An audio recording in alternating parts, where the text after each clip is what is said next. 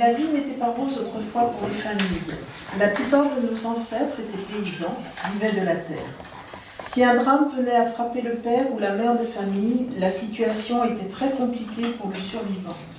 Il fallait la plupart du temps trouver un nouveau conjoint. Mais il fallait passer ce moment entre deuil et remariage. Sylvie, grâce entre autres à un inventaire après décès, nous restitue les états d'âme d'une veuve. Le jour où Hortense reçut le notaire, de Sylvie de Borde.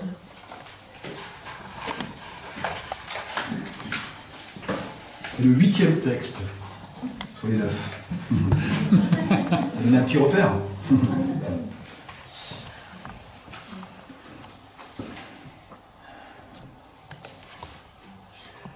En ce matin du 24 octobre 1877, Hortense, toute de noir vêtue, attend.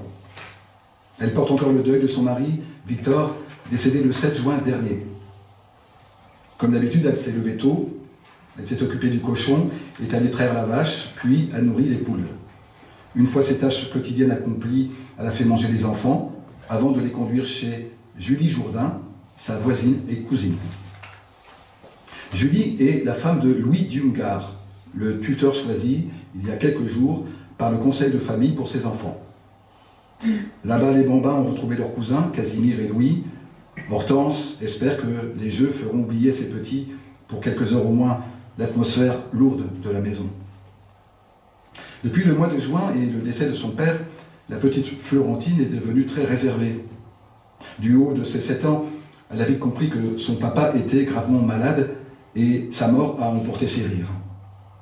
Les deux garçons ont plus de mal à saisir ce qui se passe, mais il semble que tout a changé et le déménagement dans une nouvelle maison a ajouté à leur inquiétude. La journée s'annonce belle. Elle sera presque chaude, comme peuvent l'être certaines après-midi d'octobre en Poitou. Hortense a travaillé dur depuis quelques semaines. Après le décès de Victor, il a fallu tout préparer pour déménager dans cette borderie qu'ils avaient achetée ensemble. Mais cette fois, c'est fait, tout a été transporté ici, et jusqu'à tard hier soir, elle a préparé l'inventaire qui va avoir lieu aujourd'hui. Il a fallu trier, regrouper, vérifier que tout était là. On va lui demander de prêter serment tout à l'heure. Tout doit être irréprochable. C'est elle qui a demandé au notaire de venir. Avec Victor, il n'avait pas fait de contrat de mariage. Il pensait avoir du temps devant eux. Hortense n'imaginait pas se retrouver veuve à 33 ans. Au retour de chez Julie, elle a revêtu ses habits du dimanche. C'est ce qu'il faut faire quand on reçoit un notaire. Et celui de Coulonges qu'elle a rencontré en mai, quand Victor était déjà bien malade, est un homme soigné. Elle devine au loin la cloche de l'église de Saint-Laure qui sonne les 11 heures. Et presque en même temps, elle entend une voiture à cheval sur le chemin qui vient de Coulonges. Bientôt, la voiture s'arrête devant chez ses voisins et 3 hommes en descendent. Ils saluent Louis Dumgar, qui est sorti sur le pas de la porte. Les hommes bavardent quelques instants et Louis les accompagne pour rejoindre la maison d'Hortense. Et message, le notaire de Coulonges salue Hortense et échange quelques mots avec elle.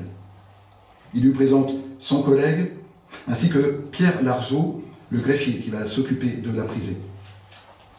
Hortense les invite tous à entrer et leur propose de s'asseoir à la grande table en cerisier. Les hommes prennent place et elle leur offre un verre de vin blanc, celui qu'elle garde dans la barrique au fond du cellier. Tous acceptent ce vin frais après la route poussiéreuse.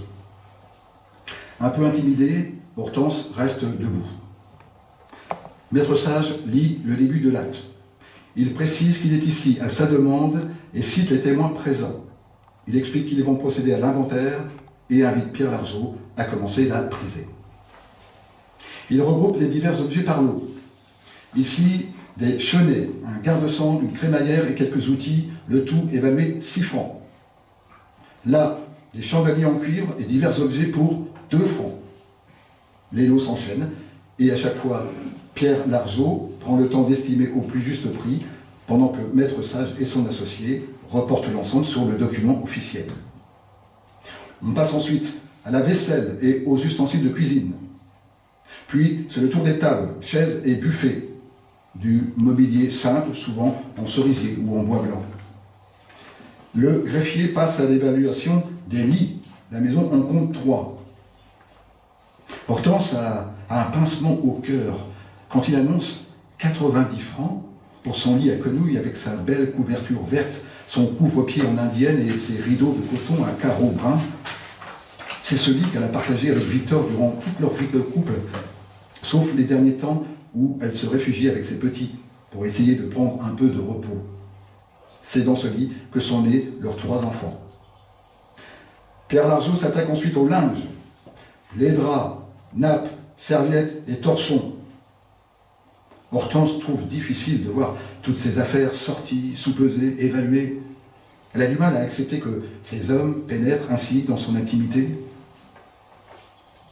Heureusement, c'est le moment que choisit Julie pour toquer à la porte. Elle entre avec un panier et propose à la compagnie un encas. Hortense n'avait pas vu le temps passer, il est déjà plus de 13 heures. Bien vite, une grosse miche de pain, un fromage de chèvre et des rillons se retrouvent sur la table de la cuisine. Hortense va chercher son vin blanc et de l'eau du puits. Elle remercie Julie d'un regard, cette pause lui fait du bien. Elle écoute distraitement Maître Sage et Louis Dunga évoquer les labours à venir, le beau temps qui ne va pas durer, et la pluie qui se fait attendre depuis plus d'1 mois. Mais bientôt, le notaire rappelle chacun son devoir. Il est temps de passer à l'inventaire du grenier, des écuries et des dépendances. Chacun reprend sa place, Pierre Largeau énumère. Le pétrin, les pommes de terre, le garde-manger, la viande dans le charnier. Et Maître Sage note. Hortense redoute que la nourriture soit insuffisante pour les mois d'hiver à venir. L'inventaire se poursuit avec les outils, puis il passe aux animaux, au foin et à la paille. Quand ils arrivent au métier à tisser de Victor et à sa braie de chanvre, elle se dit qu'un jour, peut-être, ses fils referont les gestes de leur père, mais bien vite elle chasse ses idées noires et fait face quand l'estimation se termine avec les habits de Victor et les siens. Tout le monde reprend place autour de la table. Hortense, un peu lasse, consent enfin à s'asseoir. Il faut maintenant aborder l'argent du ménage. Ces derniers mois ont été difficiles. Depuis 1 an, la maladie ne permettait plus à Victor de travailler. Il a fallu emprunter, d'abord des petites sommes. On s'est tourné vers la famille, vers Victoire, la sœur célibataire de son mari, puis vers un des propriétaires du village qui a accepté de leur souscrire un billet à ordre. Pour les petites sommes, il aurait été possible de s'arranger, mais pas pour le billet à ordre. Et les intérêts de la première année arrivaient à échéance, et juste avant sa mort, Victor n'a eu d'autre choix que de vendre un pré. Pour un paysan, vendre sa terre si durement acquise est un crève-cœur. Mais Victor et Hortense se sont décidés à céder leur plus grand champ, le Paty Fortin, à Jean-Baptiste Pointre du village de la Gabauge. Le notaire détaille à haute voix le montant de cette vente et son usage. Une fois les emprunts remboursés, il faut encore régler l'inhumation, les retards d'impôts, sans oublier le docteur Morillon de Coulonges, qui s'est déplacé et a prescrit des médicaments. Sur les 2075 francs de la vente, il ne reste à Hortense et ses enfants que 792 francs. Et encore, tout n'est pas remboursé. Hortense sait que sans le Paty Fortin, il sera difficile de vivre. Et quand le notaire énumère leurs terres, elle comprend qu'ensemble, les Raganes, les Bouges, le petit champ de la Bruyère, le champ du Grand Buisson et la petite ville d'Ardin ne font guère plus que le Paty Fortin. Heureusement, elle a au moins une consolation. Il lui reste cette maison où elle et ses enfants habitent depuis quelques jours. Ils l'ont achetée 1 an auparavant, en octobre 1876, à Alfred Monet, un ancien député, aujourd'hui sénateur, quand tout allait encore bien pour eux. Grâce à cette acquisition, elle a un toit pour abriter les siens. Finalement, il est 4 heures du soir, quand Maître Sage demande à Hortense de prêter serment. Elle jure n'avoir rien pris, caché, oublié ni détourné. Il ne reste plus qu'à signer. Hortense déclare qu'elle ne le sait, pendant que les 4 hommes apposent leur paraphe au bas de la dernière page de l'inventaire. D'un coup, La fatigue se fait sentir chez tous les acteurs de cette journée particulière et chacun a hâte de quitter cette maison en deuil pour retrouver sa vie. Le notaire donne le premier le signal du départ, aussitôt suivi par son collègue et le greffier. Ils prennent rapidement congé d'Hortense et de Louis et rejoignent leur voiture qui les attend à l'ombre d'un bosquet. Louis s'attarde un peu auprès de sa cousine. Il devine que ce mercredi a été difficile pour elle. Mais il comprend bien vite qu'Hortense veut rester seule et, prétextant les travaux de la ferme, il s'éclipse à son tour.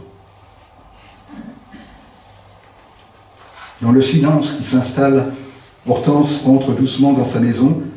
Elle approche de la table, s'assoit et reprend machinalement son ouvrage. Elle ressent un grand vide. Ce moment tant redouté est passé. Bientôt, il va falloir aller chercher les enfants et reprendre le travail. Elle entend déjà la vache meugler dans l'étable. Rien n'attendra. Mais là, dans le calme de sa maison, elle a besoin de se poser un instant. Elle n'imagine pas ce qui va être sa vie dorénavant. Elle sait qu'il va lui falloir du courage pour élever seule ses enfants. Alors, dans cette belle fin d'après-midi, elle cherche la force qui lui permettra d'affronter l'avenir.